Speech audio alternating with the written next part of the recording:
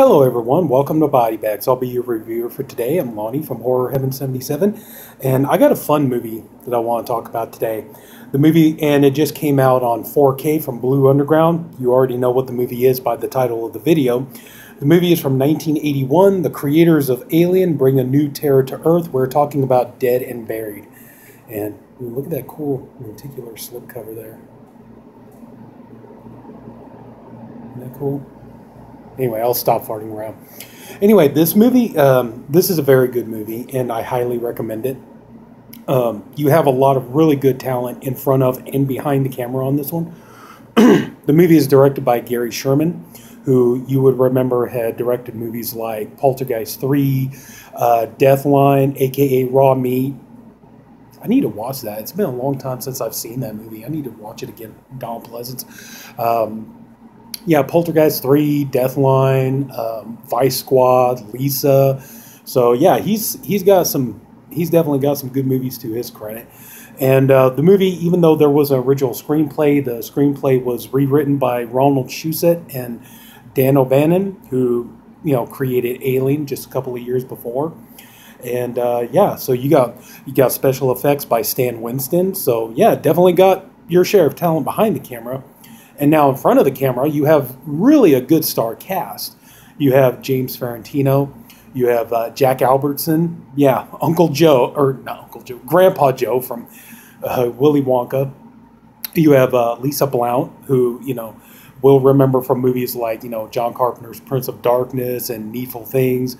Robert Englund is in here, pre-Freddy Krueger. This was like 3 years before he was, Freddy. Let's see, who else? Oh my God, Barry Corbin, popular television actor. He's one of those actors, like, you may not know him by name, but as soon as you see his face, oh my God, I've seen that guy in like every TV movie or just every movie, from the 1980s. This guy was in everything.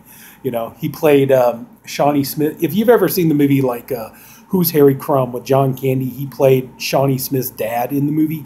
Like, this guy's been in zillions of movies and television and things like that. So anyway, yeah, you got a lot of really good talent in this movie. Also, too, I want to review the movie, but also, too, I would like to take a minute to talk about the new 4K Ultra HD Blu-ray from Blue Underground and kind of tell you whether or not it's worth your money. So, the story takes place in Potter's Bluff, small village, and there seems to be this weird thing going on where when the movie starts off, we have a man, he pulls up in a Volkswagen van, and he's going out on the beach, and he's taking pictures, and, he's a photographer. He's kind of wearing almost like a sailor getup. He's got kind of like a sailor hat on and everything. Sorry. So he's out on the beach, and he's taking pictures, and then he comes across this beautiful, stunning, gorgeous woman who it turns out is Lisa Blount. And it's kind of interesting, though, because in this movie, she's got blonde hair, whereas, like, when you see her in, obviously, we've seen her in Prince of Darkness, so we know she's a redhead. But, she's asking him, she's talking to him about his camera, and, she's, asking him, do you think I'm pretty, and everything else, and she's like, would you like to take pictures of me? And so he's like, yeah, sure, beautiful woman, why wouldn't I want to take pictures of her and stuff? And so she starts posing for him, and he's taking pictures of her. And at one point, she opens up her blouse, and she's topless, which, of course, he really likes that. And so he goes in, and he thinks he's going to get lucky. And so he goes in to try to kiss her, and then it turns out these two are not the only ones on the beach. There are a lot of people on the beach. And so they take this guy, and, they call him Freddy. Yeah. No, I forget. Yeah, I think his real name was Freddy or something like that. I'm sorry, I forget that part of it. But anyway, they take him and they put him up against the pole, and they wrap him basically in like fishing nets, and they pour gasoline on him, and it's almost like the entire town is there watching this and contributing to it. And so they pour gasoline on this poor guy, and they set him on fire. They burn him alive, and yeah, now we're introduced to our main character in the story, Dan, played by James Farentino. He's the local sheriff, and he's investigating. He's kind of doing his day-to-day as a police officer, and he gets the call that, you know, he needs to go out and, you know, investigate. There's a van that turned over, and the van was on fire, and, you know, the guy in there burned to death, which was the guy from the opening scene. He goes out there, and we also see Harry, the tow truck driver, who is played by Robert Englund. Now, Robert Englund doesn't have a very huge part in this movie, but he does show up, you know, from time to time, so it's not one of these deals where, oh, he's only in the movie for like 5 minutes and then he's gone, you know. So, so anyway, so they're looking at the van and they're waiting for Dobbs, who is basically kind of like the mortician / coroner in Potter's Bluff. And so they're waiting, and then finally this old hearse comes pulling up, and you hear this 1930s like big band music and everything, and we're introduced to Dobbs, who's played by Jack Albertson. You know, Grandpa Joe. I keep wanting to say Uncle Joe. Grandpa Joe from Willy Wonka. Sorry. And then, so they, you know, they're looking at it and everything. It turns out the guy is still alive. He's burned, you know, he's very badly burned, but he's still alive. And so, you know, they take him to the hospital, and so, you know, but then other things start happening, and it's kind of weird. And at one point, there's a wife, you know, a husband, a kid, they're driving through Potter's Bluff, and then they're being attacked. And it turns out like the whole town is in on this, you know, even like Robert Englund's character is in on it. Lisa Blount's character is in on it, obviously. And then Dan, his wife, she's like the local school teacher, and she's teaching. Dan finds out that she's teaching her kids about voodoo and witchcraft and mysticism and things like this. And she's teaching them that in voodoo, it's not really like, you know, the zombies come back and they're like, oh, you know, and all this, that they're thinking and talking. But it does, one thing I will say that this movie does is the movie is kind of original, but then it's kind of not, because it definitely feels like one of those old-fashioned kind of zombie movies, like pre-Romero zombie movies, where usually when people are being brought back from the dead, it's usually because of like a voodoo priest or priestess or something like that. And they're bringing them back to basically do their will. This here is a little bit different, because what they do is they take the heart of the person that they murder. And that's like a different thing altogether, is that whoever comes into this town, they have to murder them. And the murder has to be a horrible, grisly death. And they have to kill them and then take their heart, and then they do their kind of ritual, which ends up bringing them back from the dead. And then once they're brought back from the dead, basically their job is to go along with everybody else. And the more people they keep coming into this town, the more they kill people in very horrible, gruesome ways. And then they're being brought back from the dead, and basically they're kind of forced to be there and live in this town. And they are dead, you know, but they're talking. They're not like the Romero zombies. They don't eat people or anything like that. But yeah, a lot of them, they keep having to be like touched up. Like you keep seeing like scars and lacerations and things like this opening up. You see them starting to peel and rot.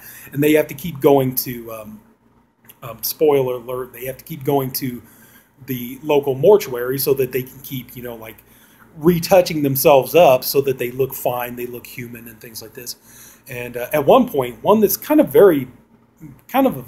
little bit of a disturbing scene is involves Lisa Marie. Now, Lisa Marie, you know, I'm sure you probably already know who she is, but if you don't, Lisa Marie was, well, she still is, you know, she's an actress and a model. And one thing she was really famous for was that she dated Tim Burton. They did a number of movies together. She played Vampira in Tim Burton's movie Ed Wood.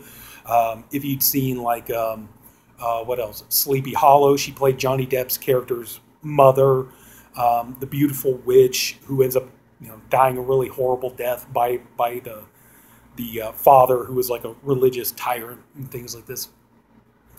She was in Mars Attacks and, you know, everything. She was the, you know, she was like the alien woman, you know, with the big hairdo and all this kind of stuff. And she's just kind of like doing the little thing. She ends up killing Martin Short, you know, and stuff. So anyway, and she's been in a number of movies and stuff. She was in the Silent Night remake and so on. But anyway, so she plays a hitchhiker, and she's just trying to, you know, hitchhike her way. And so the guy's asking her, do you have family? Do you have friends? And everything. And she's like, no, not really. And he's like, okay, where are you going? And she's, well, just wherever. So he's all like, do you mind if I stop at my boat? I just need to pick something up. And so she's like, yeah, sure, that's okay. So they go to his boat, and let me just reach into the glove compartment. I got to get something out of there. So he reaches in the glove compartment. He pulls out a camera, and he starts taking pictures. That's one thing that they do is whenever they're getting ready to kill somebody, they have to photograph it. They have to film it. They're using like an old 8mm film camera to film this stuff. And, they drag her out of the truck, and, she's crying. Of course, she's begging and pleading for her life, and they're all like filming this and taking pictures of it. And, this one guy picks up a heavy rock and basically bashes her head in with it. And so, Dan is still, he's like trying to figure out like what's going on and everything else. And, I don't know if I really want to give away too much more than that. I feel like if I do, that's kind of giving away the ending, and I don't really want to like spoil it, even though I probably already have.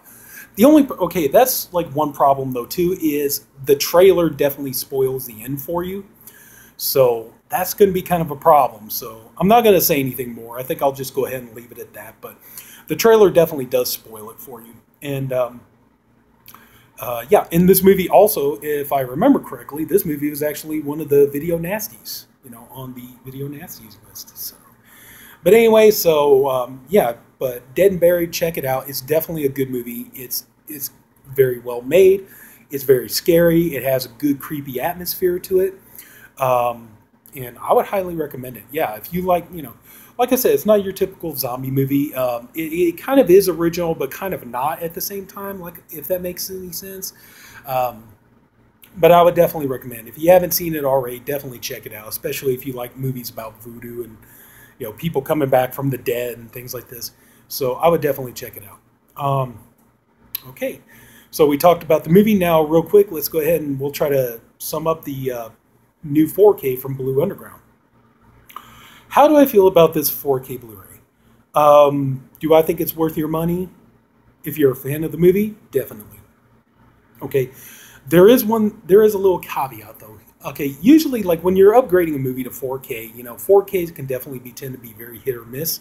I've gotten some movies on 4K that look astonishing.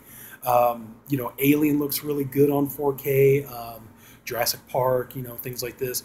Let's see. But there are movies that like 4K really doesn't help the movie that much. Let's see, Hannibal, I think, if I remember correctly, Hannibal was a movie that really did not benefit from a 4K release. And this movie here I will guarantee you that Blue Underground put in the work, and they did the absolute best that they could. And I will guarantee you that this is probably the best this movie has ever or will ever look. This is as good a production of it as you're ever going to get. So I would definitely recommend getting it because this is the best it's ever going to look. The problem is that the picture quality is very grainy. You can tell it's an older film. It's from 1981. It's very grainy. The picture quality tends to be very murky. There are a lot of scenes that take place at night, and there's a lot of fog and everything. So if you're going in there expecting kind of very bright, vivid colors, and you're expecting to see, all these really colorful details pop out, the movie doesn't really do that. But that's not the fault of Blue Underground, and I'm definitely certain it's not the fault of the restoration. It's just the way the film was shot, possibly the film stock that they used to shoot the film with. But it definitely has kind of a pasty, like I said, kind of a murky look to it. So it's not gonna jump off the screen at you, but it is. I will guarantee that this is probably the best this movie's ever looked. And Blue Underground, if you've ever gotten any 4K from Blue Underground, Blue Underground does not slouch on their 4K releases. They do their work, and I'm definitely certain that with this, it's no exception. It's just that, it's just the way I think it's the way the movie was shot and the film stock that they used and everything. With the 4K transformation, they can only do so much. But, I would not let that deter you from getting this movie because, obviously it's a horror movie. It's meant to be kind of a dark, gothic looking movie and everything else. It's meant to have an atmosphere to it. And so I would definitely still pick this up. One thing that I really do like, and oh man, I forgot to get one thing that I really do like. I forgot to bring my House by the Cemetery. I was going to make a comparison, but anyway, so hang on just one second. Okay, sorry about that. I wanted to really make this comparison because, all right, now on the Blue Underground, you get the limited edition 4K Ultra HD, you get the Blu-ray, and you get the CD soundtrack, which this is a beautiful, beautiful representation. And you get the one thing I will admit I'm kind of disappointed in, though, is it does have a reversible cover, but the reversible cover is not going to really blow you away because the only difference is okay, you can see there, all right. Then you look on the back, you see the infamous scene where Lisa Blount's character goes to Freddie, the man who was burned, and she takes a giant needle and sticks it in his eye. I'm not really giving that away because you can see that in the trailer, but you can see it's pretty much like this. And then take this out, you see it's pretty much the exact same thing. The only difference is you can see that the picture on the back is a little bit different. So. But if you notice, it's the exact same. It's the exact same cover art. So that is a little bit of a disappointment. So, but yeah, this here though, it's a great release though. You get your, you got your 4K HD there. You get your Blu-ray right there. You get the collectible booklet, like a lot of these come with, and this one has it with the chapter list and there, all that good fun stuff. And then you got your CD soundtrack. Okay. So this is beautiful, and this is one of the better 4K releases that Blue Underground has done. And, I really wish they would do more like this because I have to admit, it's like one thing that's kind of disappointing is that when, one thing that is kind of disappointing is when they've done some of their past 4K Blu-ray releases, and House by the Cemetery is like a really good example. See, like here's House by the Cemetery, which, don't get me wrong, the movie looks amazing in 4K. I definitely if you're going to get into 4K, House by the Cemetery is definitely one you're going to want because the movie looks astonishing. But if you notice, all it has is just the 4K Blu-ray and the special features Blu-ray, and that's all it comes with. So it's like when you get this, the problem is if you had gotten this, the 3-disc limited Blu-ray edition with the lenticular cover, and this one has, like the Blu-ray, the special features Blu-ray plus the soundtrack, this comes with the booklet and everything else. So it's like, yeah, so this kind of feels a little bit like a step down in a sense, because you get all this great stuff with this. So it's kind of like you buy this, you feel like you still need to keep this, And they've done it with some of their other titles like Maniac. They're doing it with Two Evil Eyes, Zombie, Fulci's Zombie, and things like that. So I would definitely say this is very much one of their better 4K releases. It's a little steep in price, but it's definitely worth the money. If you're a fan of this movie, or if you just want to see in the best presentation possible, I would definitely say, go ahead and spend the money and get this. And like I said, I just wish that, because you still get the Blu-ray with the 4K. So I just kind of wish like Blue Underground would do more of that. But also, too, you get a lot of new special features on here, too. Okay, let's go through the new ones, and then we'll go through the old ones. Okay, new special features. Audio commentary number 4 with film historians Troy Howarth and Nathaniel Thompson. You get new behind the scenes of Dead and Buried, new Dead and Buried locations, then and now, new murders, mystery, and music interviews with Gary Sherman and composer Joe Renzetti, new The Pages of Potter's Bluff, interview with novelization author Chelsea Quinn Yarbrough, and then Stan Winston's Dead and Buried EFX, Robert Englund, an early work of horror, Dan O'Bannon, Crafting Fear. You get the theatrical trailers, you get poster gallery, and Steve Poster's location stills. Then you have the original first 3 audio commentaries. Those are your older bonus features. You have commentary number 1 with Gary Sherman, commentary number 2 with co-writer producer Ronald Shusett and actress Linda Turley. Commentary number 3 with director of photography Stephen Poster. And then you get the bonus Dead and Buried original soundtrack CD by Joe Renzetti and collectible booklet with new essay by Michael Gingold. So yeah, so I would definitely recommend picking this up. And this here, you pretty much you get it all. And this, in my opinion, is one of the much better 4K releases that Blue Underground has done. Like I said, the picture quality is probably not going to blow you away, but like I said, that's more to do with the way the movie was shot, the film stock, and everything else. So it's definitely not the 4K transfer. But overall, I know it's taking me 20 minutes to get through all this, but overall, a really good movie. I highly recommend it. It's, you know, a great film. It's not particularly gory. There are a couple of gruesome scenes in it, but it's not like overly gory or anything like that. But it's a good scary movie. It has great atmosphere. It's really good at building up suspense and tension. So yeah, I would definitely say pick up Dead and Buried. You won't be disappointed. And also too, you know, get it because yeah, like I said, I think this was one of the video nasties. So, you know, if you're trying to build a collection of trying to get all the movies on the video nasties list, here you go. This is one of them. So anyway, yeah, so that's going to do it. So if anybody took the time to watch all this, I thank you for doing it, and I appreciate you for doing it. I honestly hope you enjoyed the video. If you did, please leave it a like. If you haven't already, go and subscribe to the Body Bags channel. We have a different reviewer, one for every day of the week. We have different guys. Everybody's all doing great stuff. You know, we got lots of fun weeks coming up. We got theme week. Was it? Yeah, next week is 1977, the year of my birth. So we're doing movies from that year. And we have alternate cuts week coming up. So that's going to be fun. So everybody, you know, check us out. Until then, please take care and have a good night. I'll talk to you later.